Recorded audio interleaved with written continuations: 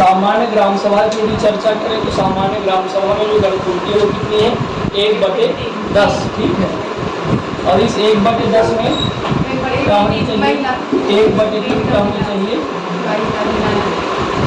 महिलाएं होनी चाहिए। तो गणपूर्ति 1/10 और 1/3 क्या हो? महिला हो, ठीक है। अनुसूचित क्षेत्र में क्या प्रावधान है?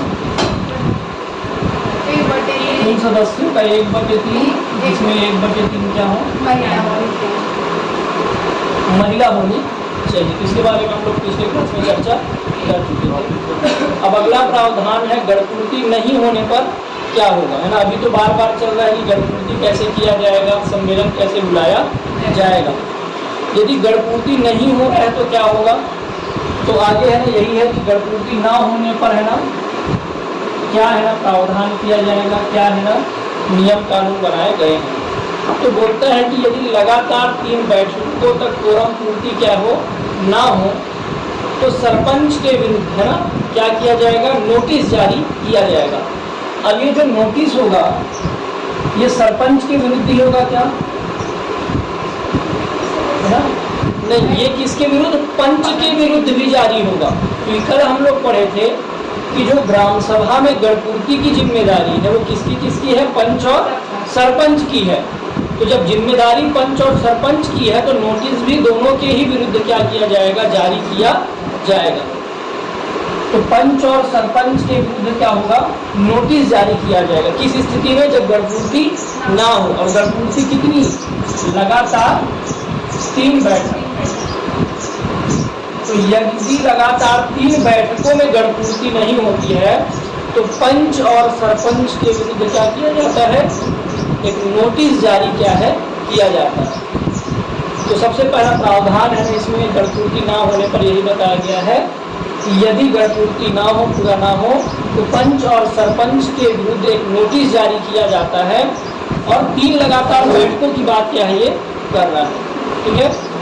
नोटिस जारी होने के बाद क्या होगा? तो नोटिस जब जारी होगा तो इनको मौका दिया जाएगा कि आप लोग क्या करिए? गणपूर्ति क्या है? कराइए। तो गणपूर्ति कराने के लिए कितना मौका दिया जाएगा? तो 2 बार और, ठीक है। नोटिस जारी होने के 2 बार और है ना इनको मौका दिया जाएगा। जब नोटिस जारी हो गया ना तो पहले लगातार 3 बैठक तक गणपूर्ति नहीं हो रही है तो नोटिस जारी हुआ दोनों के लिए। इसके बाद क्या होगा? नोटिस जारी होने के बाद 2 बैठकों में कोरम पूर्ति करने का अवसर क्या है? दिया जाएगा।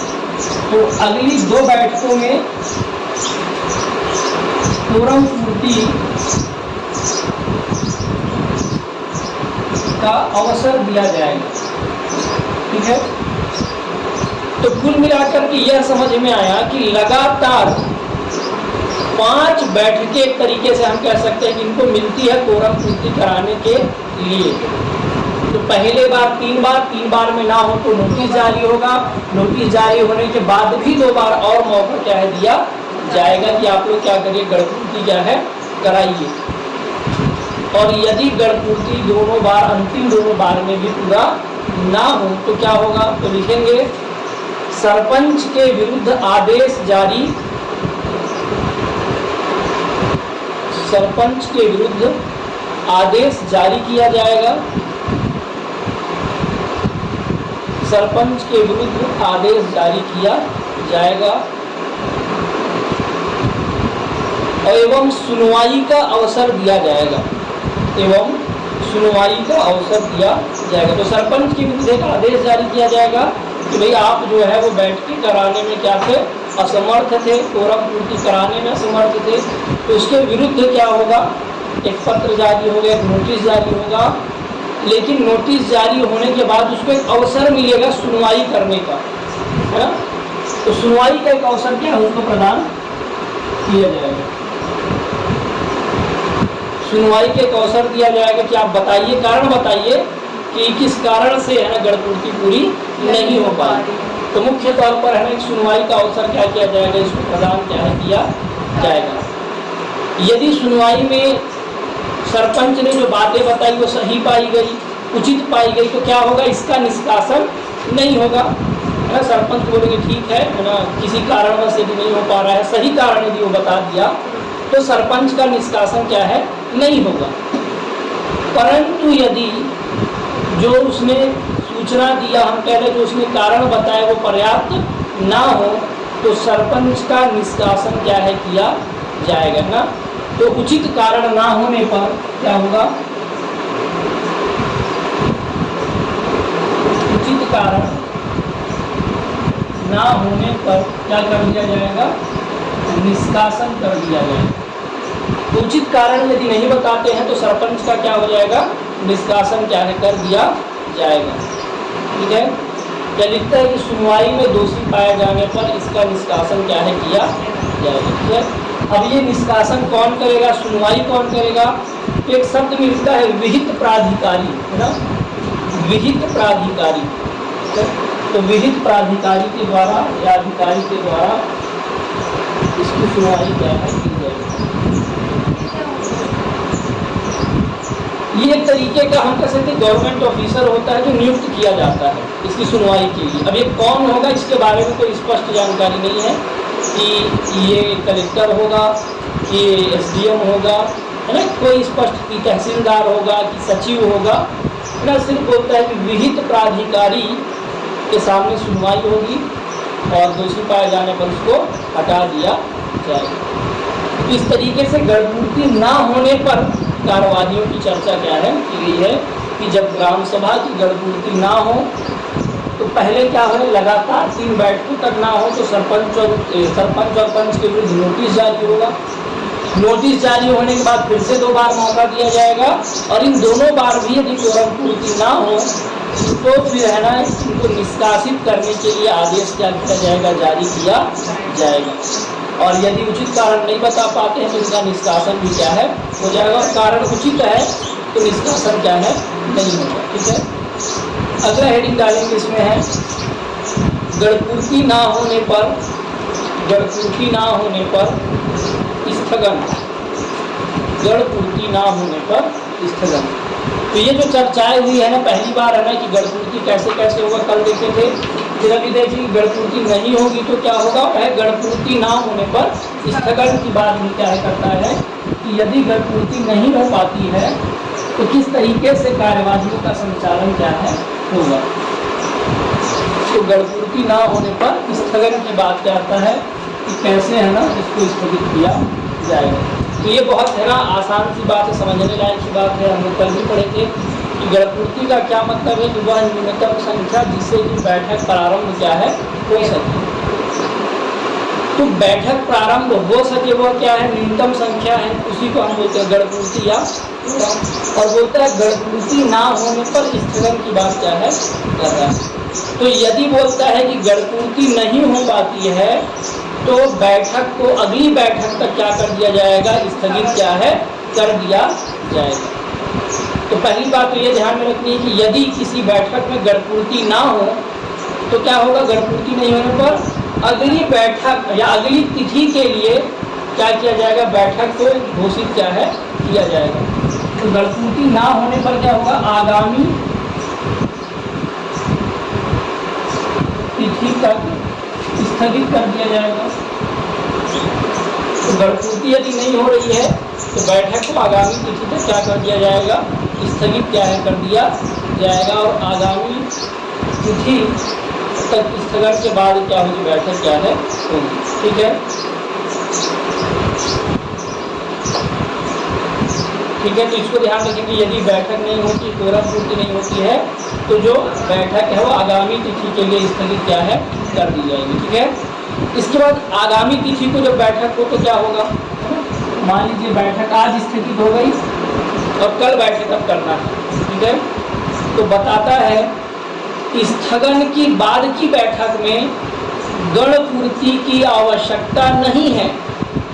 यदि मान लीजिए कोई बैठक स्थगित हो गई गणपूर्ति ना होने के कारण, तो जब भी अगली बैठक होगी तो उस समय गणपूर्ति की आवश्यकता क्या है नहीं है। तो बोलता है, इसको भी ध्यान रखेंगे, स्थगन के बाद की बैठक में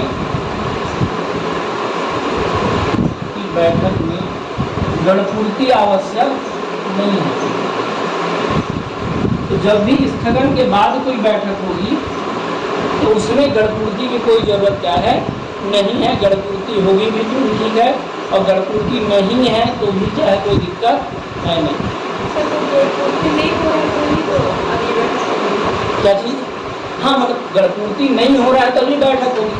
और अगली बैठक के लिए लिखता है कि अगली बैठक में जरूरी नहीं है कि गणपूर्ति हो ही, नहीं भी होगी तो भी बैठक होगी ही, है ना। बैठक में चर्चा भी होगी और बैठक भी क्या है, होगी।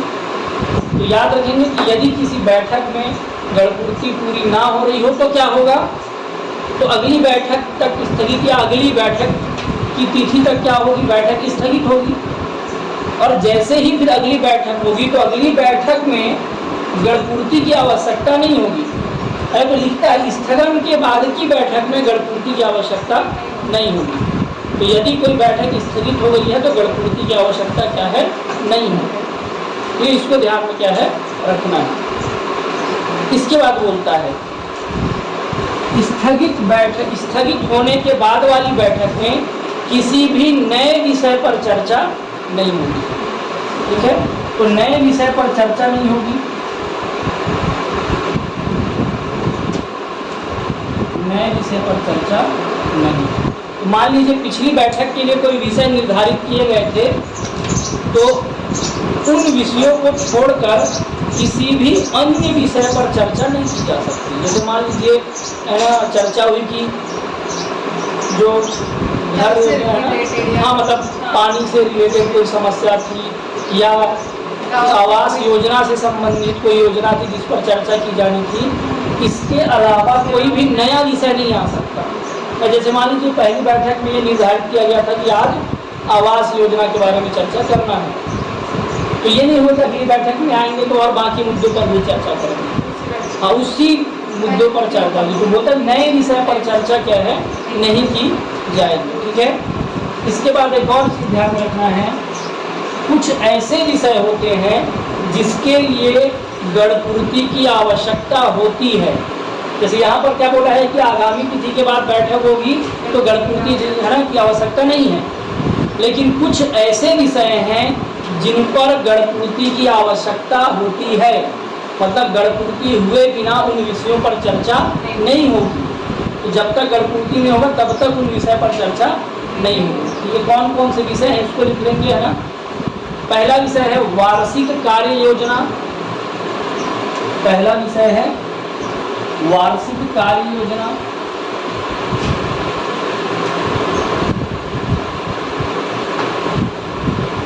वार्षिक कार्य योजना। दूसरा विषय है हितग्राहियों का चयन। हितग्राहियों का चयन।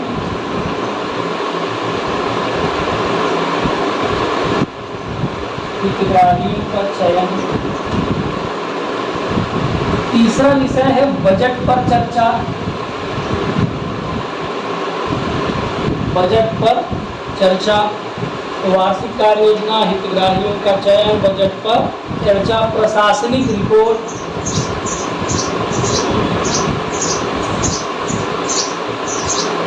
प्रशासनिक रिपोर्ट। और अंतिम विषय लिखेंगे लेखा संपरीक्षा एवं वार्षिक लेखा।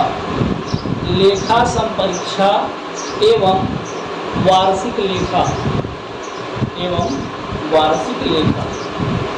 ठीक है, ये जो 5 विषय हैं, वार्षिक कार्य योजना, हितग्राहियों का चयन, बजट पर चर्चा, प्रशासनिक रिपोर्ट, लेखा संपरीक्षा, इन विषयों पर क्या होगा, कोरम पूर्ति की आवश्यकता होगी। बिना कोरम पूर्ति के इन विषयों पर चर्चा नहीं हो सकती है।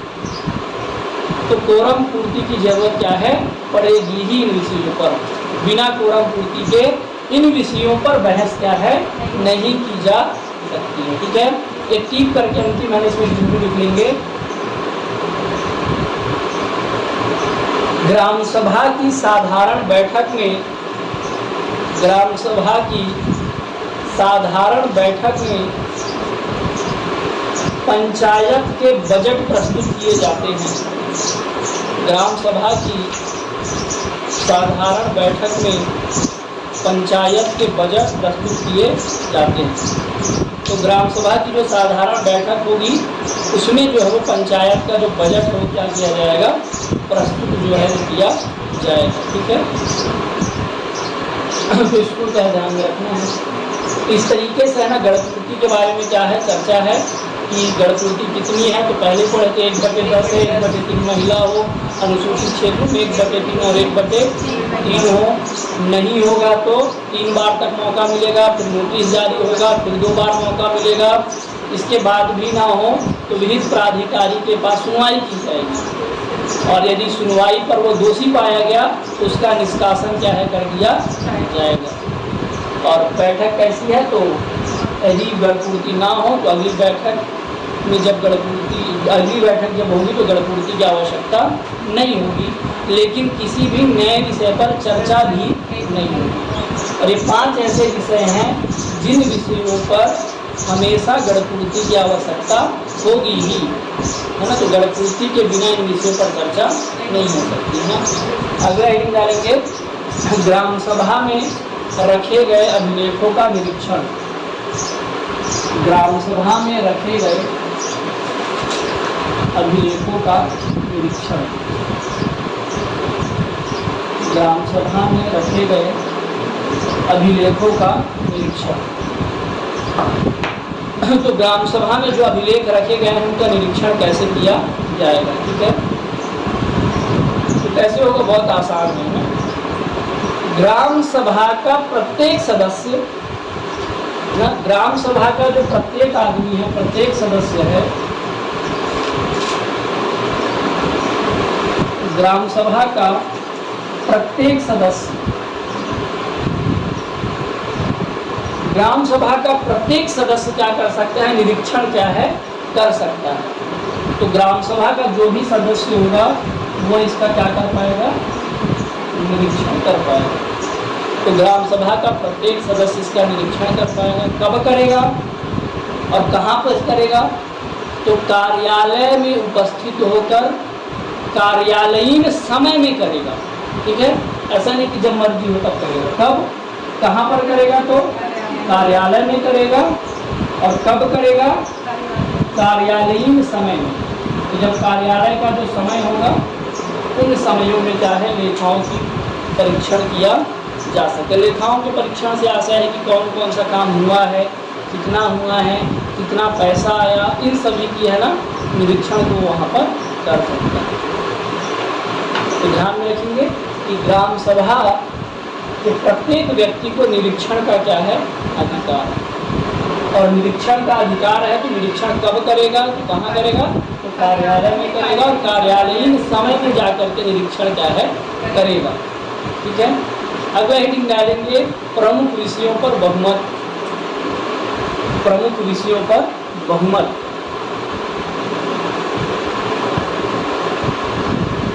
प्रमुख विषयों पर बहुमत। ठीक है, तो मान लीजिए किसी विषय पर क्या हो रही है, चर्चा हो रही है, तो कैसे बहुमत माना जाएगा, है ना, या कैसे निर्णय लिया जाएगा। सामान्यतः ये प्रश्न ये है कि जब भी ग्राम सभा में किसी चीज़ पर बहस हो रही है तो निर्णय कैसे लिया जाएगा। तो निर्णय लेने के लिए बताता है सामान्यतः पहली प्रथा है कि निर्णय जो है वो उपस्थित सदस्यों के बहुमत से क्या है लिया जाएगा। तो मान लीजिए किसी विषय पर निर्णय लेना है ग्राम सभा को, तो निर्णय कैसे लिया जाएगा, उपस्थित सदस्यों के बहुमत से। पहली जो कोशिश होगी वो यही होगी, है ना, कि क्या हो, निर्णय जो हो वो क्या हो, बहुमत से हो। उपस्थित सदस्यों के बहुमत से हो। ठीक है, जितने लोग हैं सबको एक स्वर में मनाने की कोशिश होगी कि भाई आप भी मानो, है ना, मान जाओ, है ना, कोई बात नहीं, है ना, आज आप मान जाओ कल हम मान जाएंगे, तो मान जाओ बात, है ना। तो पहली कोशिश यही है कि बहुमत साबित, या हम कह रहे हैं कि सभी को मनाने की एक कोशिश क्या है की जाएगी, जिससे कि कोई भी निर्णय क्या हो सके, बहुमत से क्या है हो सके। ठीक है, दूसरी बात, यदि मान लीजिए कोई एक ऐसा फूफा चाचा है जो मान ही नहीं रहा ना, कुछ लोग ऐसे रहते हैं कि मैं मानूंगा ही नहीं, आप कुछ भी कर लो, है ना, जैसे वो आते तारक मेहता को उल्टा जैसे पोपट लाल, कुछ भी बोलो तो नहीं होगा ये, है ना, तो मानता ही नहीं है। तो वैसे ही कुछ लोग ऐसे हों, मान लो ग्राम सभा में, जो मान ही नहीं रहे, तो बोलता है कि यदि बहुमत से निर्णय ना हो तो हाथ उठाकर मतदान किया जाएगा। तो यदि मान लो बहुमत से निर्णय नहीं हो रहा है तो क्या किया जाएगा? हाथ उठाकर क्या किया जाएगा? मतदान किया जाएगा, है ना। तो पूछेंगे कौन कौन इससे सहमत है, तो वो हाथ उठाए, और जो जो सहमत नहीं है वो हाथ नीचे रखे, है ना। तो क्या किया जाएगा? हाथ उठाकर क्या मतदान करवाया जाएगा। ठीक है, ये हाथ उठाओ और बताओ। ठीक है, ये दूसरी है। अब तीसरी है कंडीशन, एक और बताता है कि मान लीजिए ऐसा हो जाए कि बहुमत पर मतदान हुआ, किसी विषय पर मतदान हुआ और किसी को बहुमत नहीं मिला, मत क्या हो गए? बराबर हो गए। एक ऐसा कंडीशन आया कि मत क्या हो गए? बराबर हो गए, तब क्या होगा?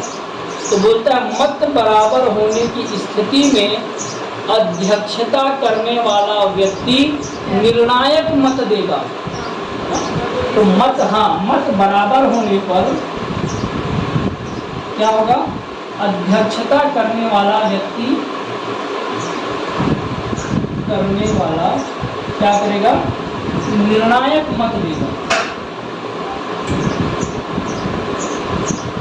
निर्णायक मत देगा। तो निर्णायक मत क्या है? देगा। ठीक है, तो ऐसा कंडीशन हो कि 50 लोग हैं और दोनों साइड कितना वोट पड़ गया? 25 बराबर हो गए, तो ये जिसको दे देगा उसका 26 हो जाएगा। तो बात क्या है? समाप्त वहीं पे, है ना। तो जब मत क्या हो जाए? बराबर हो जाए, तो निर्णायक मत जो है वो कौन? अध्यक्षता जो कर रहा है वो क्या है? प्रदान करेगा। अध्यक्षता करने वाला व्यक्ति क्या है? देगा। ठीक है, तो ये है चीज हो रहा है कि जब बैठक हो रही है तो किस तरीके से निर्णय लिया जाए।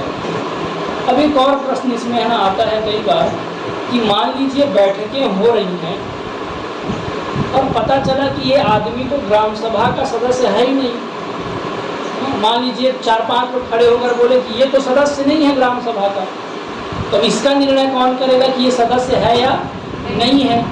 इसके बारे में भी इसी में प्रावधान क्या है बताया गया है कि कैसे चयन किया जाएगा, कैसे माना जाएगा कि कोई व्यक्ति ग्राम सभा का सदस्य है या नहीं है। तो लिखेंगे है, इसमें बोलता है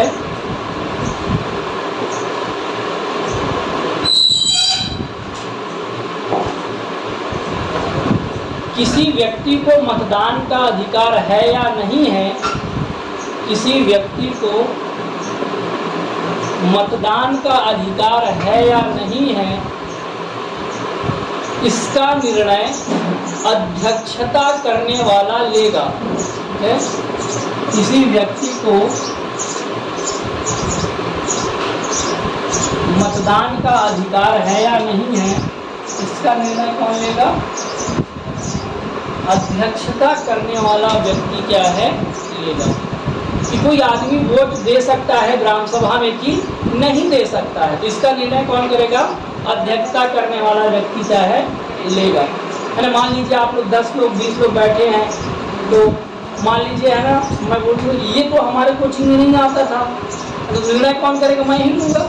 भैया नहीं आता है, ये हमारे क्लास का नहीं है लड़का, है ना, ये तो नहीं पता कहाँ से आ गया। तो ऐसे ही मान लीजिए ग्राम सभा में कोई आ गया और वोट कर रहा है, तो और लोग बोले कि ये तो सदस्य नहीं है, तो निर्णय कौन करेगा?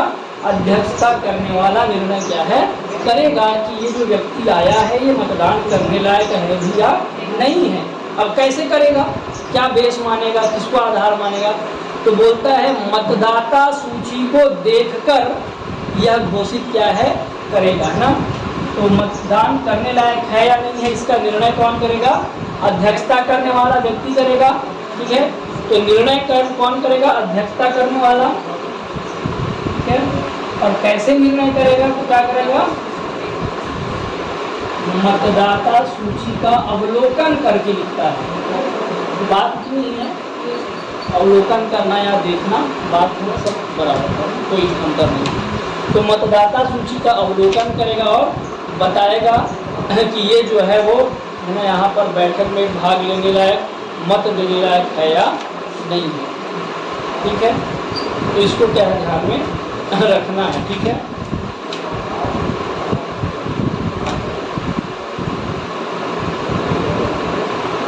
हो गया। फिर से वही बात है ना कि परंतु वार्षिक कार्य योजना, हितग्राहियों का चयन, वार्षिक बजट, संपरीक्षा, प्रशासनिक रिपोर्ट, इन सबके लिए गणपूर्ति होना क्या है, आवश्यक है। गणपूर्ति का संकल्प होना क्या है, आवश्यक है। ठीक है, तो इसको ध्यान में रखना। अगला जो है हेडिंग डालेंगे